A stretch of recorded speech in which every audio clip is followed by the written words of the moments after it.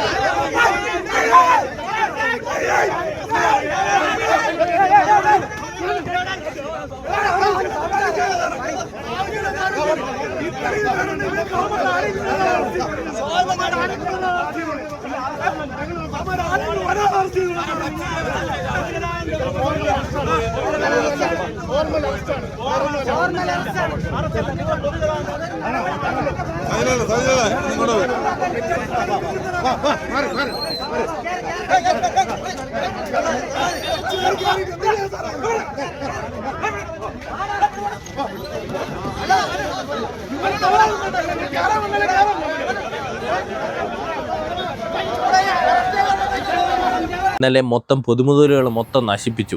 ബാരിക്കേഡുകളും ഇതൊന്നും ഈ നശിപ്പിച്ചവരുടെയോ അല്ല പാർട്ടിക്കാരുടെ വകയല്ല, ഇതെല്ലാം ആൾക്കാരുടെ നികുതി പണം കൊണ്ടുണ്ടാക്കിയ സംഭവങ്ങളാണ്.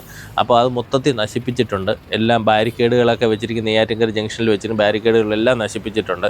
അപ്പം ഇങ്ങനെയുള്ള ആക്രമണങ്ങൾ, ഇങ്ങനെ പൊതുമുതൽ നശിപ്പിച്ചുകൊണ്ടുള്ള ആക്രമണങ്ങളെ സത്യം പറഞ്ഞാൽ പ്രോത്സാഹിപ്പിക്കാതിരിക്കുക, നിങ്ങൾ ചെയ്യാതിരിക്കുക. ഇത്രയും പെട്ടെന്ന് അവർ ഡ്രാമ മെനഞ്ഞ് ചെയ്യുന്ന ആൾക്കാരാണ്. അതുകൊണ്ട് നമ്മൾ സത്യാവസ്ഥ ഒന്നും അറിയാൻ കഴിയില്ല. നിങ്ങൾക്ക് അറിയാമെങ്കിൽ ഒന്ന് കമൻറ്റ് ചെയ്യേണ്ടത് എന്താണ് വിഷയം എന്നുള്ള കാര്യം ഒരു പിടിയില്ല. ഇങ്ങനെ ഇലക്ഷൻ സമയത്ത് ഇങ്ങനെ ആക്രമണങ്ങൾ അഴിച്ചുവിടാൻ പാടില്ല. കാരണം സമാധാനപരമായ അന്തരീക്ഷമാണ് നമ്മളെല്ലാവരും ആഗ്രഹിക്കുന്നത്. നശിപ്പിക്കപ്പെടുന്നത് മൊത്തം പാവം പിടിച്ചവരുടെ ഓരോരുത്തരുടെയും ഓരോ രൂപ വീതം വാങ്ങണമെന്ന് മറന്നു പോകരുത്.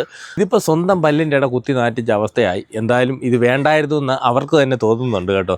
പക്ഷേ ഇനി പറഞ്ഞിട്ട് കാര്യമില്ല, എല്ലാം കൈവിട്ടു പോയി. മൊത്തം ഹൈലൈറ്റ് ചെയ്ത് കൊണ്ടുവന്ന് എല്ലാം താഴെ പോയിട്ടുണ്ട്. കാരണം ആ ഒരു അവസ്ഥയിൽ കമൻറ്റ് ബോക്സ് കണ്ടു കഴിഞ്ഞാൽ മനസ്സിലാവും, ഒരു മനുഷ്യൻ പോലും അത് ശരിയാണ് അങ്ങനെ സംഭവിച്ചു എന്ന് പറയുന്നില്ല. ഇതെല്ലാം കൃത്യമായ അങ്ങനൊരു വിഷ്വൽസും കിട്ടിയിട്ടില്ല. കാരണം എന്ന് പറഞ്ഞാൽ ഒരു മനുഷ്യൻ സാധാരണ ഒരു മനുഷ്യൻ പോട്ടെ, ഒരു മന്ത്രി ആയാലും ഇറങ്ങി നടക്കും, അവർക്ക് ചുറ്റും ക്യാമറാസ് ആയിരിക്കും.